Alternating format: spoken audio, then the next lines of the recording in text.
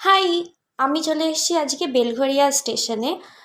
Normally আমি আগরপাড়া থেকে যাই, বাট আগরপাড়ার দিকের স্টেশনের রাস্তা আর গতকালের যে বৃষ্টি হয়েছে, সেই বৃষ্টিতে অবস্থা খুবই খারাপ হয়ে গেছিলো।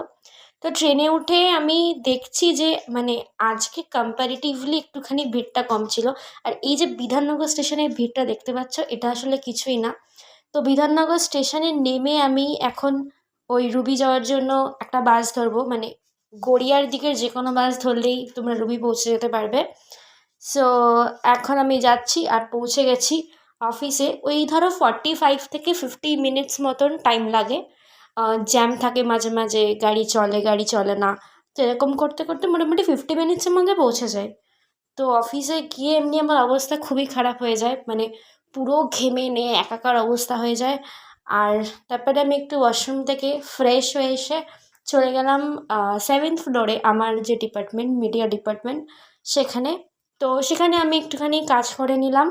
যেহেতু আমি অনেকটাই দূর থেকে আসি, রোজ ট্রাভেল করি, তো তার জন্য আমার প্রজেক্ট হেড বলেছে যে তুমি একটু তাড়াতাড়ি বেরিয়ে যেতে পারো। তো আমি রোজই 4:30-এর মধ্যে বেরিয়ে যাই।